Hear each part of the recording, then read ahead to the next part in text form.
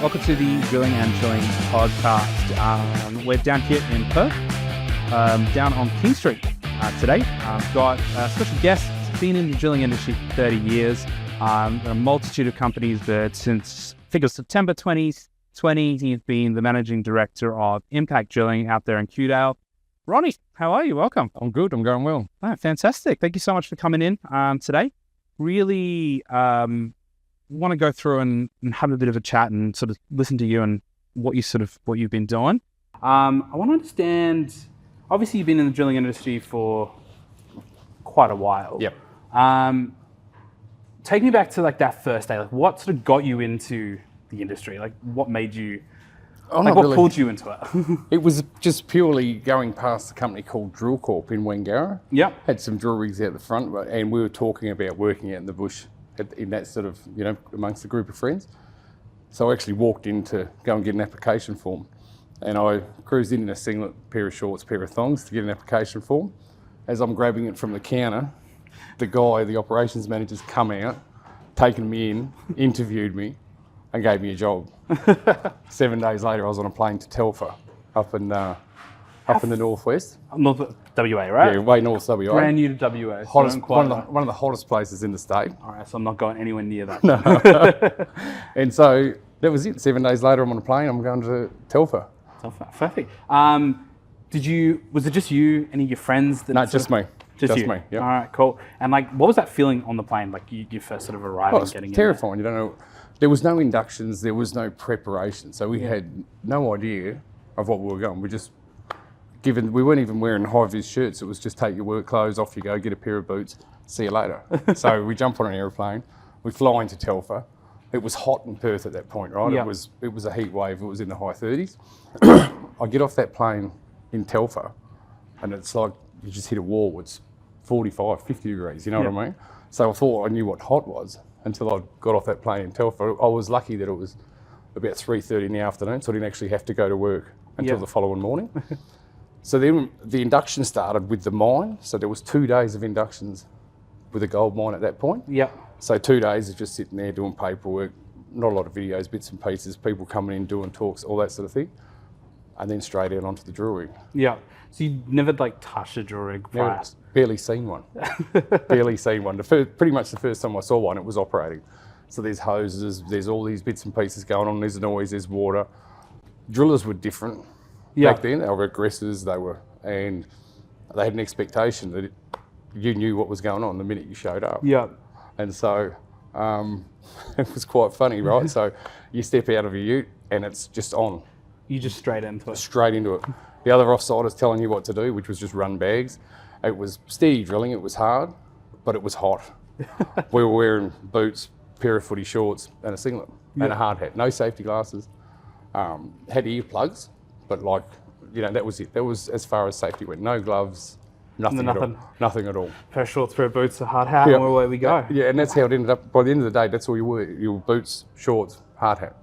How long do you reckon it took you to get to that point where you're like, I feel comfortable with it? Second day, jumped in? Probably good? Second, third day, yeah. Back then, the driller was in charge. His senior offsider was in charge of the new guy. Okay. So that guy would be training you and showing you what to do, and then teaching you the job on the run, and he was responsible back to the driller. So you were sort of just the guy running around doing the jobs, and you were guided quite well. It was actually, you were guided quite well. So you were taught quite a lot quite quick. Yeah. Completely different environment than what you see today. And what would you say the biggest thing is? Obviously larger induction periods and stuff today.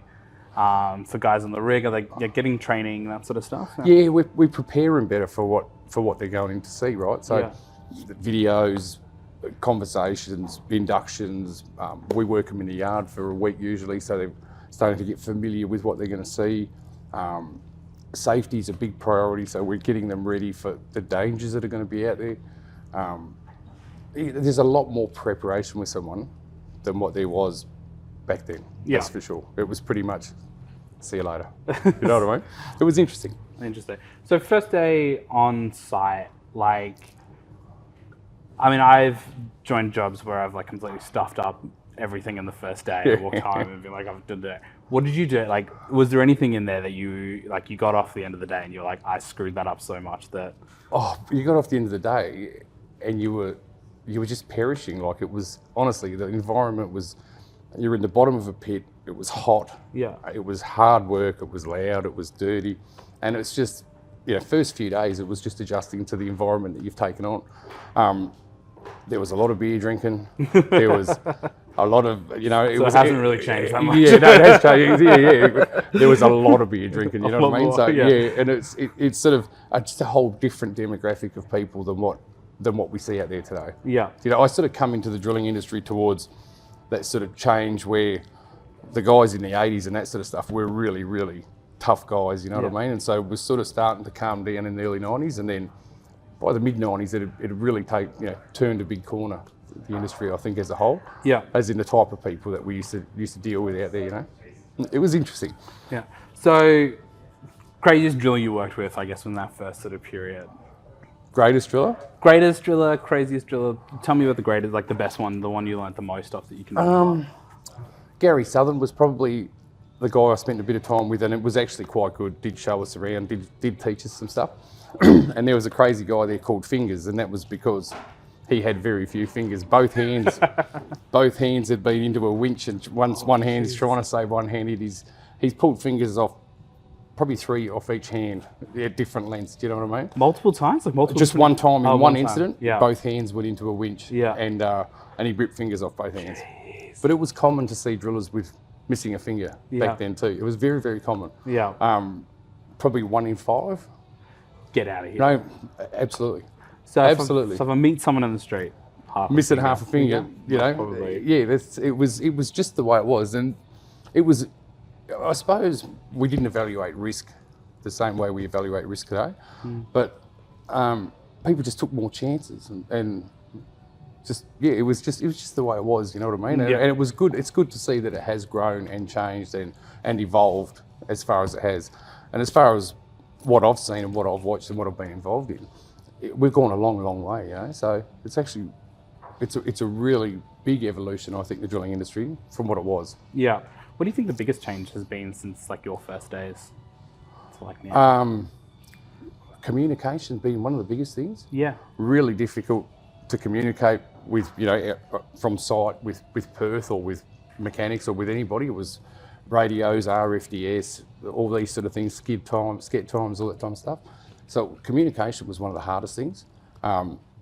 Attitude. Yeah. People's attitude and attitude towards safety and that sort of direction that people have, that's changed a lot as well over time. And the machines, like we've evolved these machines, like you wouldn't believe the amount of stuff that we've done to protect people from the machine to what it is today. Yeah. Yeah, it was. That's crazy. I want to go back to sort of your first sort of your rig. So that was your first one. Were you at the same company for a while? For about 2 years. 2 years. Okay, cool. Same sort of projects that you guys were working on? No, I worked on a few different projects. So I worked up in Telfer, worked around Walloona, done some regional stuff with other good, really, really good drillers. A bloke named Andy Craig, which was an exceptionally good driller at that point too. Yeah. And then drilling was hard to step up from an offsider to a driller in that environment. It's maybe there was less rigs around, there was more guys or better quality guys around. Yeah. So opportunity meant I had to sort of leave. There was too many guys in front of me for me to ever get a chance. I'd had a few shots on the levers, but never got a relief gig or anything at Drill Corp. Okay. And so then I moved on to East West Drilling, where I started drilling. How long were you at East West? I was at East West for six years, I think. That's wow. Yeah. Where were you drilling with East West? So mostly Darlow, Lawlers, around that part of the world, sort of, north of Leonora, that sort of thing. Yeah. Done some stuff over towards Meekatharra and that as well. And then in about 1995, I went and worked in the Philippines for about 2.5 years. Yeah, perfect. All right. How was that? What's the difference between, I guess, your time in the Philippines and your time in Oz with drilling? What's the biggest difference? Well, it was just chalk and cheese, right? It was I'm in the jungle. on my own. Yeah. I've got 6 or 7 offsiders. I've got 6 or 7 samplers. There's a crowd of people around this rig to keep this rig operating. It rained at 4 o'clock in the afternoon pretty much every day. You could just about set the time to it, you know what I mean? Wow, okay. Humid, hot, and a really tough environment to work in. Yeah. Tough environment to work in, yeah. Obviously working within those sort of environments, language barriers, those sorts of things, how long did it take you to acclimatise to like working with everyone? I don't even know if I ever did acclimatise the whole time I was there.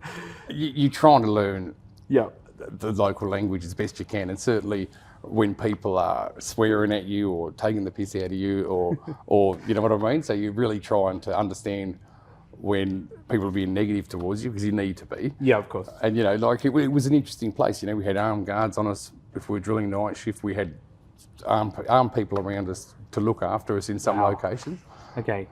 It was crazy. Talk to me more about that. I want to understand why armed guards. Like, I guess obviously, you know, different places of the world, there's obviously different dangers. Yeah. Yep. I'm not expecting that they were protecting you from snakes coming up and biting you, but like, not at all. What were the risks that I guess that are involved with drilling? Like, one occasion we were working at a place called Didipio, which is on the main island of Luzon. Okay. It's now a gold mine. I think it's actually had its life as a gold mine. Before we went in there to go and do these water wells and everything, that it's sort of been on a hiatus there for about 5 years because the MPA were in that part of the world, and you know, there was a bit of lawlessness in that part of the world. There was no power or anything out there, so a geo had been shot. So all the mining companies retracted out. And so after a lot of negotiation, lots of bits and pieces, we were going back in, you know what I mean? And on that site, we had 18 people associated working for us on that rig. So with offsiders, samplers, translators, all the different people. There's 18 people employed just by the drill rig alone. We were driving out there, me and my driver, probably the worst road I've ever driven on in my life. It's about 18 k's long. It'd take you half your life to get out there. Yeah. We got held up by the MPA. Jeez. So guys come out of the bush, you know, AK-47s, the grenades, all the bits and pieces, and stopped us as we were driving out, you know what I mean? And so it was quite interesting. We got out of the car, there was no guns really pointed at us. It was, but the threat was there. There was people all around and sort of in the bush and around us. And we just sort of had to work our way through and negotiate our way through on the situation. You know, we needed to access this site. We needed to access this road. The amount of people we had employed, you know, this sort of thing isn't going to be beneficial to the village that's associated out there. And it was actually quite easy to, in hindsight, it was quite easy to negotiate sort of passage up and down that road. But we had to supply them 10 litres of diesel a week, a 20-kilogram bag of rice and a couple of packets of Marlboro to be able to access that road. And it was quite cool. So we finished that encounter with me getting photos of me hanging on to an AK-47. I don't think you would have that same sort of thing happen today. No. Do you know what I mean? It was a different environment. But yeah, it was pretty interesting. Geez, and you weren't involved in the negotiations at all, were you? Absolutely, it was me and my driver.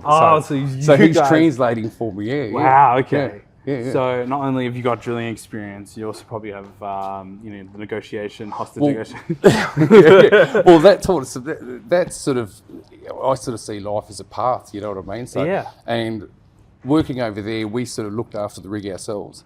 Apart from the stuff that came from Australia, we had to source ourselves locally. So it was quite interesting. You'd hire people, be paying the wages, of course. source it everything that you use, your consumables, your bits and pieces, your accommodation, all that sort of stuff. So it was really interesting and set me up probably for where I've ended up today as well. Sublimely, not realising at the time, you know. That sort of, I guess that experience. Sort of that experience that you're gathering along the way, you don't realise how beneficial that is later on in life. You know what I mean? So smash it out. Okay. Well, it's probably the biggest lesson you learn, I guess, from working over in the Philippines, other than obviously your negotiation skills. And now I know if I've got a bomb threat at Corkland, I'm calling Ronnie because he's going to smash it up. I just don't know if it would be as easy as that was. And look, we were there for probably an hour and a half. So it did go on for a while. It was tense. Like it sounds completely different than what the situation was. It was tense, and the driver was concerned. I shared his concern, and you know we just had to work out. You got no choice. I mean, if you've got a guy with grenades on his chest, I mean, he means business in some. But he was prepared to talk, right? Yeah. Which was the main thing, and he just wanted to benefit from us being out there because everybody else is benefiting from the mining company, people working for the mining company, people working. They just really wanted to benefit themselves from us being out there and passing through and that kind of stuff. And you know, we'd give them more than what we agreed to, but we stuck to our agreement, and then on occasion we'd give them something extra, you know. Just keep it going, yeah. So you finished up, so you did 2 years. Took about 2.5 years, yeah. Is that the craziest thing that happened while you were over there? No, there's been more. There was crazier things than that. Fill me in. Tell me. What is the craziest thing that happened? One of the most fascinating. Or the fascinating, Well, once again, it just comes to people threatening your life, I suppose, is what it came down to. Having a gun pointed at us over trivial things, but it's. You know, you realise the difference of how you live, how people live, and all that kind of thing. And I don't know how you would explain it. But yeah, the threat to life was probably the biggest thing that you know we probably experienced that 5-6 times over that course of time that I was there. So that was probably the pivotal moment. That's why I left really in the end. Yeah, of course. Is because it just I just couldn't be bothered with it anymore because at some point someone was going to pull the trigger or someone was going to chase you with a knife or something would eventuate. But the funniest thing that happened over there was they stole our oxyacetylene bottles and they held them to ransom. So the guys have got an oxyacetylene bottles. We're going to remember we're in the jungle. Yeah. Right? People don't know what an oxyacetylene bottle was, but they thought they were big. They must be worth some money. Yeah. So they've carried these off into the bush and then they've pretty much come back and said to us that if we want them back, we'll have to pay them some money. I said, well, you can have them. And so the price come down. I said, no, you can have them. They're yours. They're your oxy. Because if I paid him for them, I'm going to pay him for everything else that he stolen, right? So after about 6 or 7 times, they offered us to give them back. I said, no, you can have them. They're yours. You wanted them, you can take them. So we paid no money for them, but nothing else got stolen, right? So it was just so funny, this negotiation for these bottles to come back, and that we didn't actually take them back. We let them keep them, and they were useless. They have no use to anyone if you don't have the other apparatus to use it, right? So that was probably one of the funniest things, just that negotiation with the ransom. Just take them, keep them, they're yours. See you later. Oh, I'll take it, it's fine. Yeah. We'll go from there. Amazing. So you've, so obviously you were over there, you did that. Do you still keep in contact with guys that you've worked with over there? Do you still have a casino? The mining industry does take you away from your friend group, right? Yeah. Like when you're working away, we used to do 6-week stints in Australia before I went to the Philippines. When I went to the Philippines, we'd do 3 months and then a month's away. So people stopped saying, do you want to come to the party? Or what are you doing this weekend? Because you're never around. Yeah. So you drift away from a lot of your original friends because you're just not around. Yeah, of course. That's sort of why the mining industry has evolved to where these rosters are more family friendly and that sort of thing. Because if you stop answering the phone, look at some of these kids today. If they're not answering the Snapchat, their friends stop talking to them the next day. So instead of it being just a complete change of lifestyle, you just drift away from a lot of people. So a lot of the people I do still associate with are probably friends and bits and pieces throughout the industry, but certainly from all the way back then as well. From back then as well, yeah. You got them. Any of them come over and work for you while you've been down here? No, they will. It's once again, it's the drilling industry highly unlikely. No, none of them have come. In previous companies I've worked at where I've been, running the companies, absolutely yes. Yeah. But the group of people that I've been lucky enough to get now, I wouldn't chase anybody else. I've got an exceptionally good group of people. So you're working on. You're blessed, very lucky with the group of guys I've got. Well, yeah, we came out last week.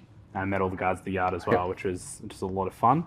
Probably the biggest thing I took away from obviously meeting the guys that were super friendly and just let us play around and made me feel like I could be a driller, even though I know I look at my hands and I'm like, there's not a chance these hands are I've got some application forms with me actually. Perfect. Well, I know Kim will sign up for one straight away. She's starting her own drilling company now. So, all right, awesome. So you finished off Philippines, then came back to Australia. What was that experience like? You coming back home? So coming back, leaving the Philippines, coming back to work in Australia, in that 2.5 or from when I'd started to the end of that Philippines stint, which is probably 1998 and a half, that was when the first rod handlers had started being introduced. So there was an evolution in the industry at that point. Okay. you come back in, and so you got guys. When we used to run rods, it was very efficient. Okay. It was quick, and everyone's working on based on how fast we can do stuff. If we pull rods faster, we can drill faster, and all this sort of thing. When you calculate it out, it turns into 3-4 minutes a day, but it's just that perception. So it was the start of the rod handlers. They weren't as good as what they are today. It was still that introduction phase, but the rod handlers were coming in, breakers were coming in. We were going away from Stilsons. We didn't use Stilsons to undo rods, which some of the stuff we used to do in hindsight was very, very dangerous. But I think we operated within the parameters. Sorry, I just lost So it. a Stilson's a pipe wrench, and they range in size from what someone will use in there at home, 12-inch pipe wrench for doing up the plumbing bits and pieces, right the way up to 60-inch. It's probably a 40-kilo tool that we used to use to undo the rods. So you'd unscrew the rods, and then you'd throw a Stilson in, and back the rod up, and that's how you break that top joint. They're exceptionally dangerous. A lot of incidents associated with Stilsons. So that's when we were putting in the 2 spanners, and it was the real step change towards getting people away from the drill rods. Okay. Most of the injuries were associated with the drill rods, rolling onto fingers or squash fingers or bits and pieces like that. Yeah. Got them all still too, so quite lucky. I feel like my fingers, I don't know if this is the industry for me. It kills me. Others probably, but I love my hands too much. All right, cool. So you've come back to Oz. Obviously, the industry's changed, as you said. I think a little bit more safety. What was your steps? Obviously, do you always lived in Perth, or? Yeah, always bred. So, Perth Airport, you land. You're like, cool. What's your next step? Like, what was the next step after that? Well, worked on a golf game actually for about 2 months before I went back to work anyway. Yeah. But then just rung people I knew. Next thing you know, you're on a plane and off you go again, sort of thing. So I think I've had one job interview in the entire drilling industry, and that was the first one. Do you know what I mean? So from then on, it's just word of mouth and that kind of stuff. Perfect. All right. Well, I think it might be time for take a quick break. Cool. And then we reset everything, and then let's hit it up. No worries. Come back from the break. It was good. Some good conversations about rituals and stuff like that. Let's save for another time. It was good. So guess where we picked up?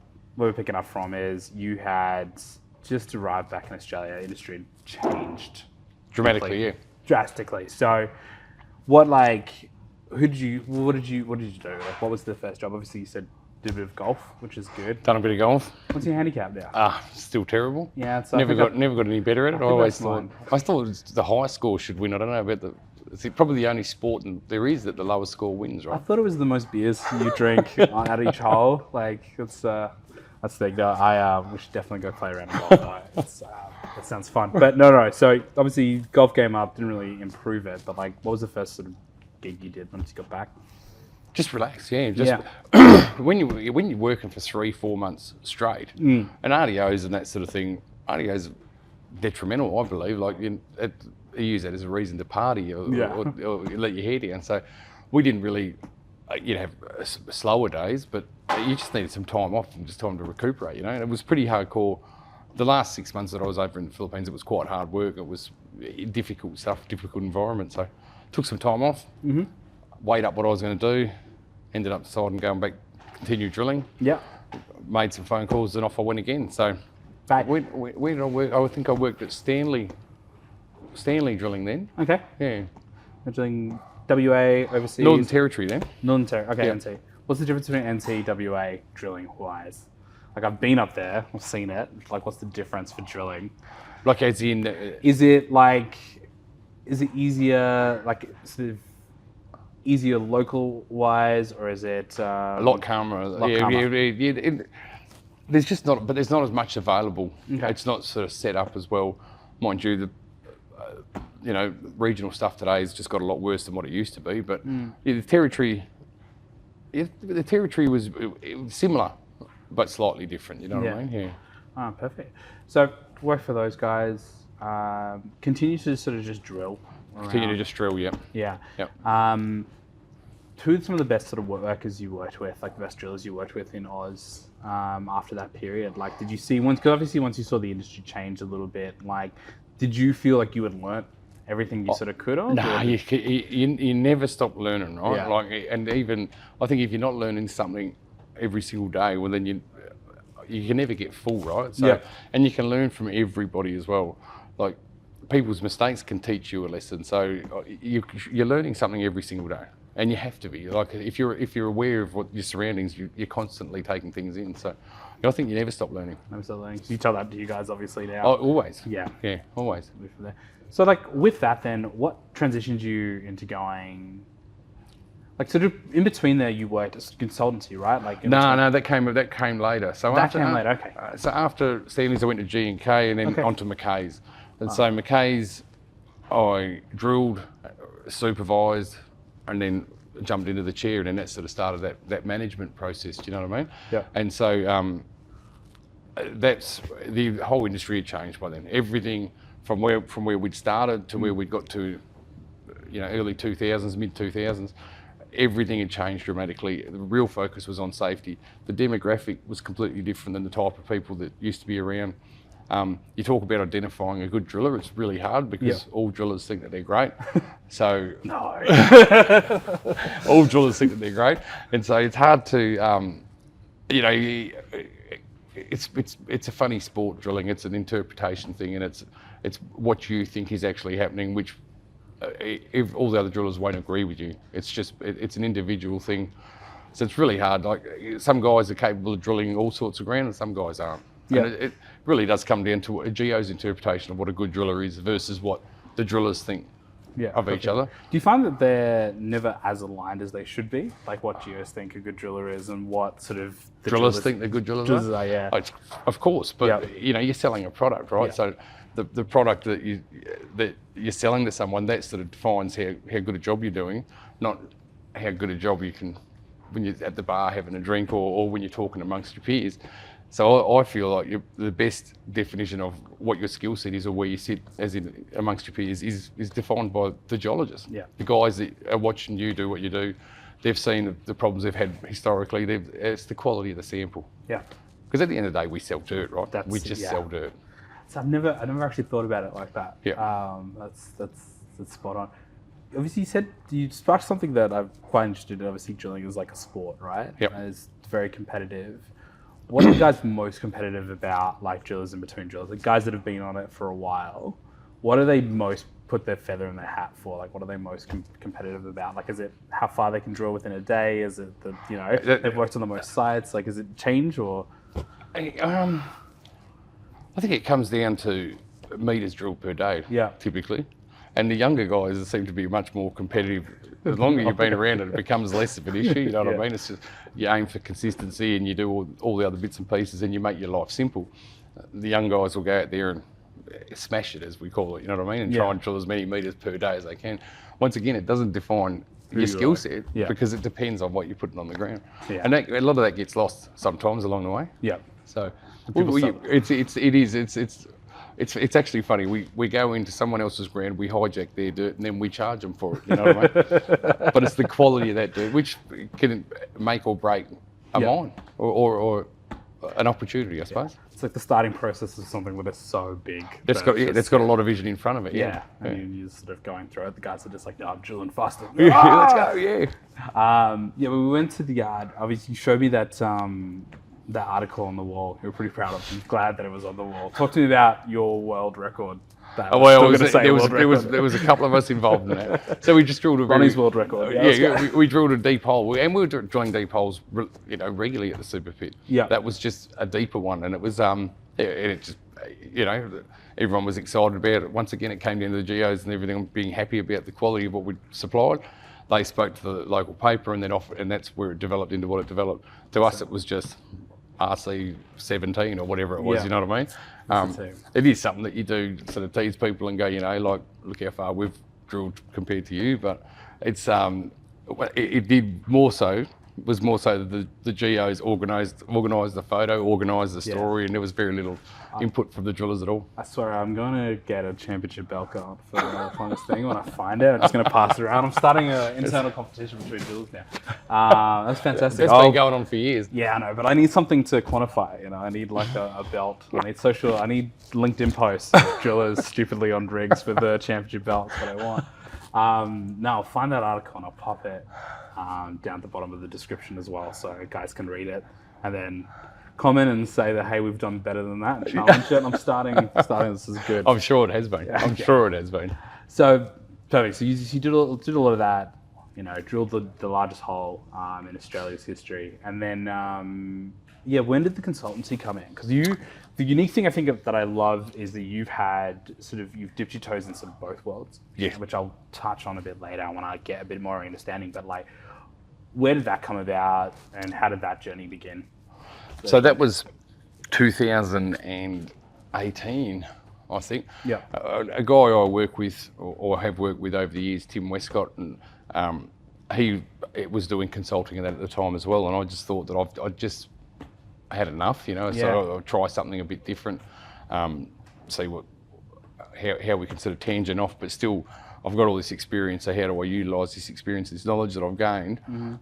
Can I monetise it, I suppose, is what it really does come down to. And so he just thought, well, let's start consulting. And Tim and I actually did work together a little bit on a few different projects along the way. Yeah. Because he was consulting himself. He's a water well specialist, and he's quite high up in his field. Yeah. And so we went, and I set up in Hay Street, just up the road, actually, up the road up here. Yeah. Had an office and was doing labour hire and consulting and helping resource companies review drilling tenders and which rig they were going to choose, more so based on suitability other than just price. Yeah. Because that was one of the things I see a lot of is the wrong rig would show up and try and achieve something that's just not really suited for. Yeah. So it was just trying to put some input on from the other side of the fence. It was quite interesting. It was a good job. It was good fun. It was decent hours too, right? Which was something I wasn't really used to. A lot of free time. Yeah. So you did that for 2 years, right? Yeah, about 2.5 years. Yeah. 2 years, and then Impact. Like, where did the idea of the spark for Impact Drilling come about? Did you miss being out with the boys in the field? What happened? I don't know. It was. So as a consultancy, there was a lot of different things that I was doing. It was brokering rig sales, truck sales. I was doing rig inspections. I'm, going through drilling tenders, bits and pieces, supplying drillers and workers to drilling companies. There was a whole range of things that we were doing. And it progressed to the point that there was an RC rig sitting there and it was just a thought, like at the time. And it's just, I wonder if, and then, we step away from that, and so that sort of became reasonably positive. And then I'm fishing in Exmouth with a mate and his father goes, I've got a yard in Cudale. So then these jigsaw puzzles just started joining together, and it was like, so we've got a yard, okay, there's a rig, okay, there's, and so bang. And then Impact Drilling, or the drilling company, became sort of something that we thought let's have a crack at. Yeah. Came up with the name. I'm riding down Albany Highway. I pull up next to a tow truck that's called Impact Towing, and it becomes Impact Drilling, right? So, brilliant. And then it's just developed from there. So fantastic. And how many guys have you got on site now, working for you? So actual employees that we have working for us, I think it's about 27 now. Yeah. Yeah. Cool. And it's been a pretty tight knit group from day one. Yeah. Most of the drillers all the drillers actually that we've hired still work for us. Cool. All highly skilled guys, which is great, and they've all got that same sort of thing where they care about people, which is one of the things that I'm looking for. Yeah, I need the guys that are in charge to have the right mindset when they're out in the field, looking after, because they're looking after the guys. Their responsibilities are typically a lot more than what people actually understand their responsibility is. You know what I mean? So, they were very when the team went out there, obviously very open just about sort of what it takes to be in there, and letting us put rods on and switch the machine on, and I went through a bit of wood. It was great. I felt powerful, but at the same time I was like, nope, I'm going to break this. But, yeah, that's right. Which we really appreciated for. So it was good to kind of see the guys out there testing stuff, ready to go. Obviously you guys have got a big year planned, I guess, for yourselves. Yeah. Hoping to kick it back up. Yeah, it looks like 2024 is going to be a good year. I sort of see that it's pointing in the right direction, but we just never know, right? The world's a funny place, and impacted by a lot of other stuff, isn't it? Yeah, exactly. So when you, just on that, back to when you started Impact, were you one of the first ones back on the site, operating the rigs and stuff like that as well? Do you immediately hire people? And just I immediately hired people, yeah. I don't know whether I believe I could still operate a drill rig, but a lot of other people don't think I could. You know what I mean? So, I did need to have someone in Perth, and so I do multiple roles in the business as such. So, it's questionable whether or not they think you can still operate a rig. I strongly believe that I could. One day we'll prove that. But if you want that championship belt, Ronnie, I need to see you on that thing. It's got to be on the wall. It's gonna be good. All right, perfect. No, that's really good. I think that's a really good summary of, I guess, your story of like where you sort of come from. Got some good stories and stuff. I know some of the guys have got some questions they want to ask you, just some random stuff. So I'm probably going to let Kim jump in and do that for you. So I'll take a quick break and then we'll set Kim up and then we'll ask some questions. Okay. And go from there. No worries. Perfect. All right. Magic beers. Magic beers. It's great. The best. Beautiful. That's right. Let's pay sponsorship. Now, hopefully. Now, look, we've gone through sort of your career, where you've sort of come through. We're going to jump into a segment I like to call Breaking Ground. We've got a couple of the guys who've got some questions they just want to throw at you, have a bit of a laugh. There's some funny ones in there, some not so serious ones. They're pretty funny. So I'll introduce Jax and Kim, who will come down and join you on the couch. And then, I'll come join you afterwards. So,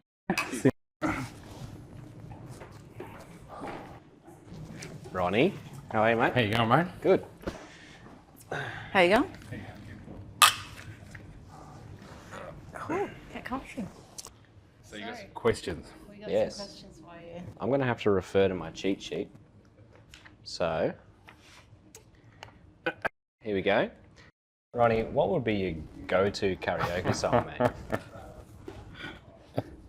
I'm not very good at karaoke, to be honest. So, but if I was in my car and I could singing in my car, That's valid. yeah, it's valid, right? Like that's cool. Everyone's a great singer. Everyone's a great singer. It's like if you could go to Australia's Got Talent in your car, it would be cool, right? I'd say maybe It's Time by Bradley Cooper. It's probably a good song that I like. That I think I could actually sing if I was forced to. Well, You know what I mean? We'll I'm have not to- saying you have to. Yeah, I know. Because I don't know what the mic and that's doing there, but we'll work that out later, will we? Maybe after we turn the cameras off. Yeah. Up next on the old cheat sheet, funniest encounter you've had with wildlife? So I was at a mine site in, I think it was Darlow, and I hit a bush chook with the car, the big geese-looking chooks. And so you hit an animal, the right thing to do is to stop and make sure that it's dead. Anyway, so I've hit it and it looked like it was in the throes of, exiting the world. So I've got out of the car and gone to go and knock it on the head. And it's got up and it started running off, and then it's fallen over again. So I'm chasing this thing around the bush. I think I gave up after about 2 or 3 minutes. Like its feathers are falling off and its head was wobbling around. But it was dying, you know what I mean? Like I've hit it pretty hard. But it just looked like someone had cut a doona up at the end of it. There's feathers everywhere, me running around after this guy. And I thought, you know what, we'll just give this a miss, mate. It's cool. You didn't want to be knocked on the head. So Survival instincts were kicking in. So I just got back in the car and took off. Nice. All right, a bit of a silly one here. What's your favourite drill rig sound, and can you try to impersonate it? The best sound of a drill rig is when you turn it off at the end of the day. So we'll just get into a couple of minutes of silence film. Because after 12 hours of listening to a drill rig, the best sound you can ever hear is when you turn all that shit off at the end of the day. So silence is the best sound a drill rig can make. Yeah, now that you mention it, I can relate. Yeah. Kind of cheating, but all right. So I can impersonate, don't I? Here we go. I don't think you'd There it last is. more than a minute. Okay, there we go. Right. Okay, what have I got? Last one? Oh yeah. What was your toughest day out on the rig? I don't know, I reckon just about every one of them was toughest. Toughest day I had on a rig was when I was working in the office at McKay's. I rostered myself onto the rig, so I've been in the office for about 2 years. I rostered myself onto the rig for a couple of days out of Tennant Creek to go up for a general meeting, and the driller had to go somewhere. There was a couple of days left on the job, so I thought I'd go and see if I could still drill, see if I still had it. I went out in the rig and I'm drilling away. And, I hadn't drilled with the big hurricane boosters that sort of come in after my time. and I couldn't get the booster to run. And we're going through the fuel filters, going through the standard process of everything that was going on. Turns out that the emergency stop that was on the remote control had been hit. And we had this Canadian GO, and she's come over, and she was nice enough to advise us after half an hour of peeling through this engine and going through the standard process, trying to get it all going. That was the toughest pill I've ever had to swallow on. Yeah, that's fair. Because we pulled the emergency stop and everything just started and off we went. So that was a tough day. I've done the same thing in a forklift. It gets you, doesn't it? It gets you, yeah, it gets you. Something so fundamentally simple. Yeah. Should have been the first thing to check, right? I was out of touch. So I missed it. Went straight to pulling the engine apart, and she's just come over and went and pulled the switch, and I swallowed my pride, and we continued on. You don't reckon she knew because she... I think she might have. She may well have even pushed it. We were doing a survey, she might have just pushed the button and thought this could be good for a laugh, and it was funny, I suppose. I'd do the same thing. For others.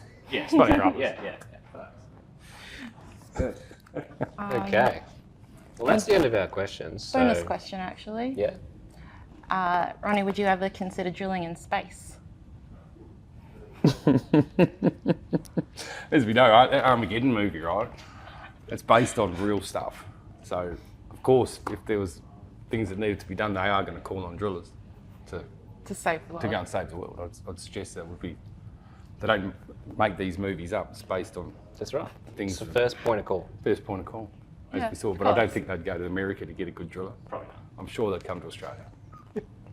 Definitely. Positive.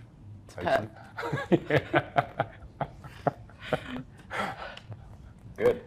Cool, right. Thank you. No worries, guys. Yeah, we'll pass you back to Mr. SJ over there behind the camera. And, no worries. Good to see you again, mate. Good to see you. Next shindig. No worries. Thank you. Magic edit, and now here you are back again. Yeah. Hey, how are you? It's been a while. It's like two ferns, isn't it? We should get a fern on the other side. Look, I can ask more two ferns related questions if that's really what you want to go to. No, all right, cool. So look, we've covered, I guess, the birth of everything.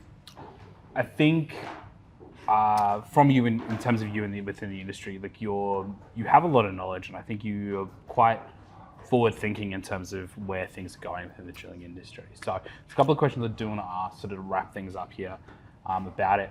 You were one of the first ones to sort of try and implement sort of digitizing a lot of your operations and those sorts of things in there. How important do you see sort of moving forward technology? Like, you've seen so many changes within the industry. How important do you see adopting those technologies moving forward? It's an old dog new tricks type of thing, right? It's and we see it with the guys that work with us, trying to get them. The digital stuff gives you so much more information. A piece of paper, it's really hard. It's difficult to go and find something that you're looking for. The digital stuff is the next level, and it's being willing to open up and adapt to what is being introduced, and it's endless, right? There's new things coming out all the time, and the information that you can gather, because information is king in a sense, right? You can learn a lot just by looking at the history, and then if you can look at that history really simply, it makes life really easy, I find. Amazing. And do you see, like, what bits or what gaps in the market do you see being fulfilled moving forward, I guess, within drilling itself, either in the office space or on actual machines and rigs? I think technology would be able to help. I think technology will continue to evolve on rigs, there's obviously we're going to have to do something with the carbon. We're going to have to do something with more information. I can see cameras being on rigs. I can see real-time actual monitoring of operations on a daily basis. There's probably a couple of reasons for that, to be able to monitor how people are handling the day, and fatigue, managing all that kind of stuff, and making sure that they're operating safely. But at the same time, it can be beneficial to sort of have an understanding of where they are and what's going on. It's not so much about micromanaging the things, but to sort of see where the efficiency is. Yeah, and I think that you've got to be careful about not abusing technology and that kind of stuff for that micromanaging type of stuff. I think the most important thing is if you move to that sort of space for a purpose, is to use it for that purpose, and not to go sideways and use it for micromanaging, which is probably the worst form of management you can get, I believe. Which ironically does come from operating a drill rig. It is a micromanagement sort of space where that person is, because you've got a couple of people you've got to control, and you're responding to things that are happening in real time, so you're dishing out instructions. Yeah. But as you move up the ladder, we shouldn't be using that sort of stuff. To look at those. You've hired people enough that they're... That's right. That's right. That's where you got good guys. And then in terms of where you sort of see technology, if someone's sort of opposed to it, sort of, it's the old ways of it ain't broke, don't fix it. Yep. Out of because you've seen it transform and you've given advice on what's most beneficial and that sort of thing through your consultancy, how do you talk to those sort of customers when they are reluctant to make any changes? It's funny actually, because if people become very set in their ways, and what's worked historically just is easier to work with. Yeah. Technology is great.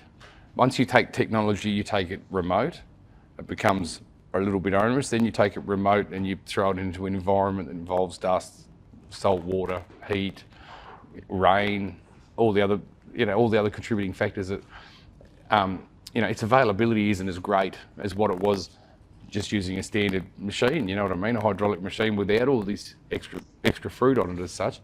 So the sacrifices have to be made when you want to move into that space, and there's a process of making sure that everything does work correctly as you move into that space.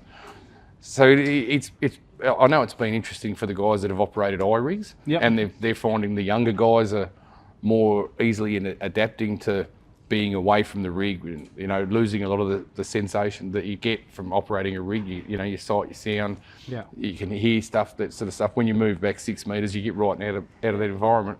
They're finding the younger guys are adapting easier than the older guys, you know what I mean? So it hasn't swept through as fast as I would have thought it would have, but that's because of the standard technological problems with advances, Things move so quick in that space to make a rig autonomous or, make it move people away from it. Yeah. It's hard to keep up with what it is. How things are being built. Costly, I suppose, as well. Very right? costly, very costly. And for anyone who's, I guess, listening to this that wants to, potentially be in a situation where they are sitting here having a beer with us on the Compound Couch, the best beer in the world, what advice would you give them wherever they are in their career? Like, what is one thing that you've sort of taken throughout your career that you'd want to impart on the next generation or the current generation? I think caring about the people that you're working with is I think society's losing that. Yeah. I think, you're working with a group of people, actually caring about, how people are handling things, how people are going. I think it's really, really important, and it's something that it starts to get missed this day and age when focus shifts to production or, all these other different parameters that we sort of chase. But that's certainly the one thing that I feel that the world's starting to move away from, right? And that's something that obviously you guys take. Yeah, I think we take a lot of pride in that.